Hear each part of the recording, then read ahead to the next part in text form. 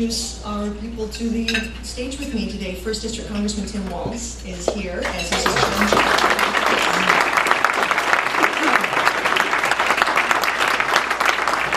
And his challenger, Dr. Brian Davis.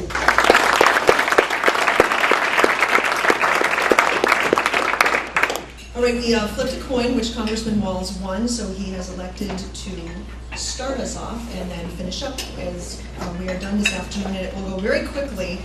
A couple of quick announcements. As John mentioned, please hold your applause till the end of the debate. Time is very precious at this point, and we want to just get as many questions in as we can. Also, if you could take just a moment to set your phones to silent.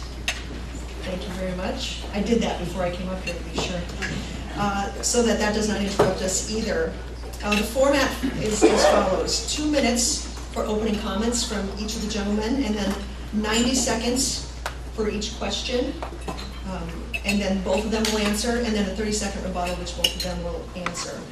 So let us get started with the opening comments.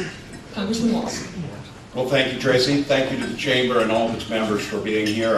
Thank you, Dr. Davis, for participating in the political process, and thank you to your family, because I know no candidate does this alone. Thank you to my wife, Wynn, who's here. Thanks for the work you do in Mankato for our students in the Mankato Public Schools, and for our two beautiful children, Hope and Gus. And a special thank you to each of you who are here. With this incredible gift of democracy, the audacity of deciding that regular people could govern themselves that our founders came up with, that precious gift has allowed us to be who we are, to rise above the constraints that were in society before that time. But it also comes with incredible responsibilities of being engaged in the process, of working through to find the answers, and not allowing it to be someone else, or not allowing special interests or wealth or whatever it may be to dictate that. So I thank you for being here. 2 years ago, this district gave me the incredible honor to take a leave of absence from my high school teaching and from coaching football. And with the risk of losing a couple jokes, I'll have you know Mankato West is now rated #1 today. So always keep that up. And I retired from the National Guard after serving for 24 years and had the distinct honor of rising to the highest enlisted rank that service had to offer. And I learned a lot in that, and I learned a lot about what it takes to bring people together to solve problems. Our nation is in serious times. All of us understand that. Our nation has been in serious times before.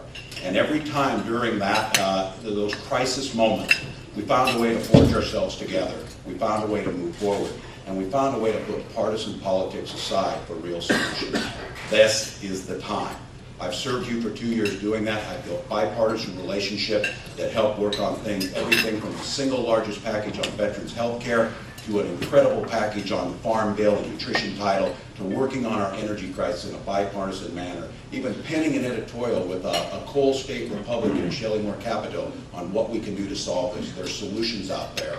There's potential for this country, and I thank you for giving me the opportunity to make my case to you. Mr. Davis. Good afternoon. My name is Brian Davis, and I'm the Republican nominee for the 1st Congressional District of Minnesota. I'd like to thank the Rochester Chamber of Commerce and everyone here today for taking interest in this event and in our democracy. It's good to see many familiar faces, and it's good to see new faces. I need to introduce somebody special here, my wife Lori, and my youngest child Kirsten, who just got done with kindergarten this week. We have 4 children. We're blessed with 4 children. It's very important with our families. I'm often asked why I'm running for Congress. It's because I became immediately concerned after the 2006 election about the direction that the Liberal Congress was attempting to take this country. I visited the state Republican leaders, and I was encouraged to run. January of 2007, I called up my wife from work and said, "We have to meet for dinner. There's something I need to talk to you about." Went to a restaurant, sat down, I looked her in the eye, and I said, "I think I need to run for Congress." And she looked back at me and said, "Is that all?"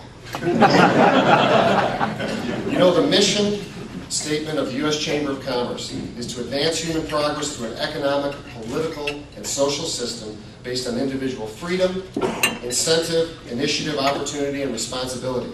It is the Founding Fathers' vision of a free nation, including free enterprise, that has built the wealth of this country.